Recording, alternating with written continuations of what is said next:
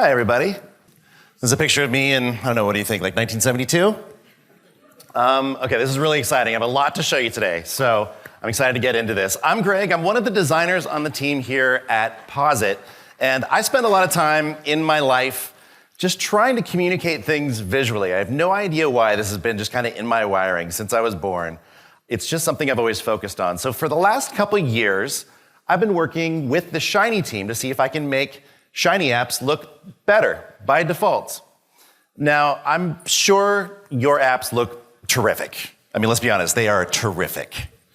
But I'd like Shiny to help make your apps look even more beautiful by default. So I want them to look nice, and I'd like them to feel more intuitively usable by the people who are viewing your work. And basically, I'd like your life to be less designy, and I'd like it to be more data science-y. Are these real words? I'm sorry to get so technical. Okay, so 2 years ago, I looked at every Shiny app that I could get my hands on. Yours, ours, everybody's. And one in particular that stood out was this one. This one was ours. This was our studio's go-to-market dashboard 2 years ago, basically showing the current state of our professional product sales, which is how we sustain the development of free and open source software like Shiny. So this dashboard, made with Shiny Dashboard, was very important to me. And it struck me as I was kind of going through old apps that I had looked at that your apps probably have very similar stakes to this one. Like, I discovered this app because one of the bosses at our studio was looking at it on their phone. And by the way, it looked pretty horrible on a phone. And as they were looking through it, I just said, what is that? And they said, oh, it's our go-to-market dashboard. You know, this lets us know if we can sustain the open source development. And also, it lets us know if our kids can eat in 6 months. I was like, wow, that is a really, not even joking. Like, he was very serious when he said that. So I was like, wow, Shiny apps have stakes, is what I'm trying to get at there. And so, I don't know, let's take a look at it here. I'll just kind of scroll through real quick. I obviously zeroed out everything, but okay, looks nice. There's lots of value boxes going on. They're all kind of different sizes. I'll just say best app in history, 10 out of 10, no notes.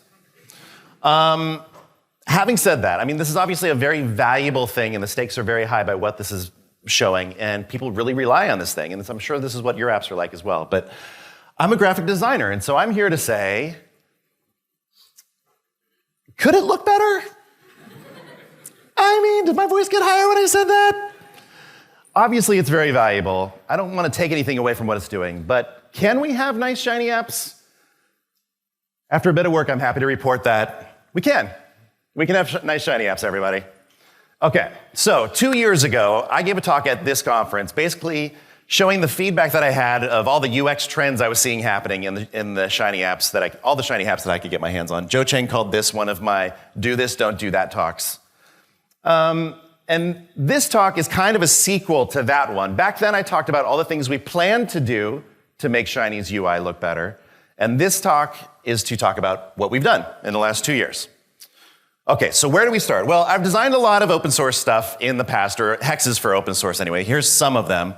And let's see, some I didn't really do much work on. Like this upper right-hand one, the light blue one, Max came to me and said, hey, I need a hex for recipes. Also, my kid made an illustration of a cupcake. And I was like, Max, I think we're done here. I don't think there's anything else we need to do. But others of these, I did a lot of work.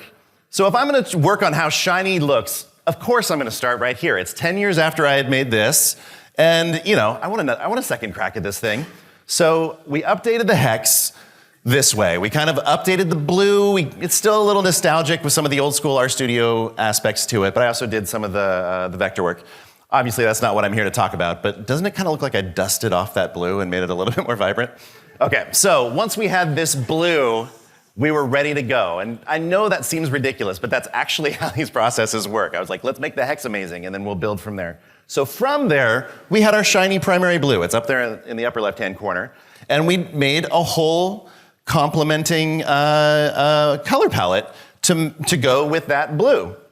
And so we are now loading this color palette that we have designed into Shiny by default. And the way we're doing that is we're packaging it inside a boot swatch theme that just kind of loads on its own. Of course, you can change the boot swatch theme if you'd like. You can also, with some R code or Python code, you can change these colors you can modify this if you want with a little bit of code. And we have very exciting things down the road of how that will work that we're actively working on. The left is what it looked like in 2012. The right is what it looks like now. The left is Bootstrap 3. That's what those default colors are. This is Bootstrap 5, but we've added our own colors to it. So now that we have these colors, and they're loading by default, that gives us all kinds of opportunities to do some things in both Shiny for R and Shiny for Python. Now, let me just sidebar for just a second here that Shiny for R has been around for a long time, and if we were to do all the stuff that I'm talking about in this talk to Shiny R, it would break a lot of your apps from the past. So we are doing all of this kind of UI and UX work in BSLib. So if you're unfamiliar with BSLib and you're using Shiny for R, I guess that would be my number one takeaway for you in this talk. If you are using Shiny for R and you don't know about BSLib, that would be the thing to check out. BSLib is how we are kind of making modern apps in Shiny for R. It unlocks all kinds of modern awesomeness from Bootstrap 5 and also does some custom stuff that we've done with the kind of further extension of things that I'll show you in a second. Because Shiny for Python's new, by the way, we're just putting all this stuff directly in Shiny for Python. So no need for an extra package there. Okay, so this color palette will now flow into Shiny components. And Shiny components, you're all familiar, are inputs, outputs, display messages. Not all of our components are from Bootstrap. Some of them are from other places, like the select eyes dropdown. This is a very minor difference before and after, but it's still pretty meaningful when you're looking at a bunch of these inputs next to each other. I'm pretty happy with it. It gets a little bit more dramatic when you look at our slider. That's the old one in the past. That's the new one now. The kind of new streamlining of the design is in our Boot Swatch theme, but the color is obviously shiny blue. All coming from the hex, guys. And most everything I'm talking about today is for both R and Python, the kind of overall concept. So here we go, before and after. They look pretty nice when we start stacking them together. I should also mention that these components on the right, you notice how they have kind of a darker line there. There's more color contrast on this because we're starting to kind of look at everything through the lens of accessibility now. And our goal is to give Shiny a AA accessibility rating in color contrast at every turn. So I'm not going to say like we've certified it AA, but I just want you to know that that is always what we're going for. So if it's not that, that means we haven't fixed it yet. So we're still finding things, but that's what we're going for there with the color palette that we made and how it's impacting these components. So speaking of components, I know that when you're making an app, it can be kind of hard to figure out which one you should use or what to use where. And so we've come up with this Shiny Components Gallery, which is kind of like, we like to think of it as like a live cheat sheet, really, where you can shop for a component, and a lot of these are live, components inside these little cards here. And so you can go through your inputs, your outputs, your display messages, you can find one that you're interested in using, and when you click into it, you're gonna get kind of what you would through a cheat sheet, where you're gonna get kind of the code you would need, or some function references, or whatever, or function signatures. So we put some details, the functions, and then some variations that we think might be helpful for you, if you want to have a value box that looks like that. It's right there for you. I also want to say that this is the Shiny for Python site that you're looking at here. This is the live site. I really wanted to have this on the Shiny for R site by today, and we just almost got there. So all of this will be on the Shiny for R site soon to very soon. That's the timeline that we have given ourselves. So right around the corner, all of this will be on the Shiny for R site as well. All right, so Shiny's looking better, everybody. And finding what you need is better and easier as well. Okay. But obviously, Shiny apps aren't just components, obviously. How you lay out the components is equally as important as far as how your app is going to look and feel. So let's talk about layouts. When you make an app, sometimes it's kind of a somewhat disposable thing, like you use it for like 15 minutes and then you throw it out. You might even be making it in Shiny Live in your browser. But some people in this room make apps, and it grows and grows and grows for 3 to 5 to 8 years. I mean, it just keeps going. And old school Shiny for R kind of buckles under the weight. It doesn't easily make a usable app 8 years later. So we're trying to make layouts that will help keep Shiny apps nice as they grow and scale. Okay, so just real quick, let's look at this old school standard Shiny app. 3 things to consider. Obviously, it has a title, It has some inputs right there in the well, and it has an output. This, not bad. This is usable. I mean, it might be kind of a pain on a phone, but it never stops here. You add some stuff to that well. You add more plots. You might add some tabs here, some tabs there, tabs everywhere. So here's how we think of it now. This is a page sidebar layout. And we've decided to move on from the well, to be honest, and use a sidebar instead. I think it's a generally less infuriating process and experience to have the inputs in a sidebar. And we have accordions. If you have 1 million inputs and you want to stuff them into an accordion that you can expand and open and close, we have some ways so that your app can kind of not show everything all at once. So let's say I wanted to add some tabs. And by the way, this is all kind of dummy content in here, but this is what it really looks like. I should have used wireframes, but I wanted to show you all what it really looked like. So let's say we're adding some tabs. Well, I want the tabs to be in close proximity to the thing that they control. So I'm going to put this in a card, which is new in Shiny, kind of comically new in the last year or two. This might be why a lot of you were using Shiny Dashboard in the first place, just to get cards. Well, they're here now in Shiny for Python, and if you're using BSLib, you'll find them as well. Cards are the greatest when it comes to Shiny apps because they can start to scale. Like, I'm a grown-up and I want to put a table on this app, so I'm going to put a table at the top. And now I've got more information here. We've got a nice area in the card to put a title. So now people can understand the context of each of these cards for whatever this fake app is, right? Now this app might grow to multiple pages at the top. We can add those links at the top in the nav bar, and they don't start to shove things around. It all kind of fits in what was already there. And I think it makes sense for users as it starts to grow. Hey, I want to point something out here.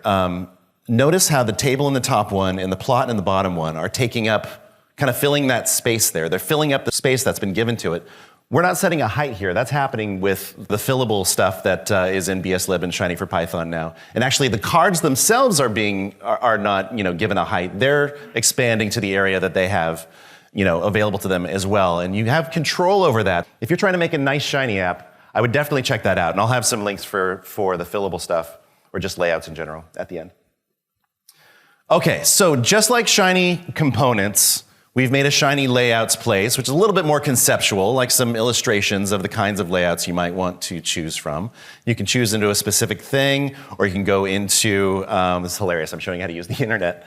And on these detail pages, just like the components, gives you kind of just what you need and a little bit of article, explaining it. And live demos, you can click the lightning bolt there and go right into Shiny Live and start messing with it on your own. It's very cool. So Shiny layouts, also again, coming to the Shiny for our site soon to very soon, and on the Shiny for Python site right now. Okay, so I just want to do a little quick before and after, just to kind of show where we've come. Garrick Aiden Bowie, this is a Shiny dashboard that he came up with, and he's always been very CSS-ish. He knows how to make, value boxes, full width in their container and stuff like that. So he'll always go a little bit of an extra mile. But still, this is the old, Shiny dashboard. And just to show you what this kind of app would look like now, here's some value boxes here. Here's some plots and cards. He did a little bit of CSS shenanigans in the table at the bottom, but you wouldn't have to do that to make this look nice. And check this out, these value boxes here with the spark line, you can actually kind of hover over and see what the values are here. So not only do you see the trend, but you can also get some info there. Also, value boxes and cards all go full screen. And so when you go into the full screen, you can also show more information here. So you can see the X and Y axes there. I think this thing alone is going to be amazing for your dashboards if you have tables, because tables can be monstrous, and sometimes they're in kind of a small card. You can go full screen and maybe give them the ability to filter stuff and use the full width of their browser to do that. So full screen cards are kind of cool. And then there was one other thing I wanted to show you here. Let's see. Oh yeah, he opens up this accordion. Oh, and he shows that the app can go to dark mode pretty easily. And this is something you can do pretty easily in your app, and it can also be aware of what your computer's settings are in that moment. If it's night for your user, it'll load this one automatically, and notice how it's impacting all the plots as well. Okay, kind of racing through this. I apologize, but I'm trying to get through a lot here. Okay, this one is just for Shiny for Python. to help people who are getting started with Shiny for Python quickly. We call them Shiny templates. So much like components and layouts, you can also shop for what you want to make and hit the ground running with boilerplate code using a sample data set. So I'm going to choose this dashboard here. Here you'll get to a detail page with a Shiny create command to get this template running locally on your machine. You'll also see information about what is used in the template on this page and a live version of it at the bottom here. It's as if Carson Sievert made you a template, and the reason it feels that way is because Carson Sievert literally made these templates for you, so that's nice.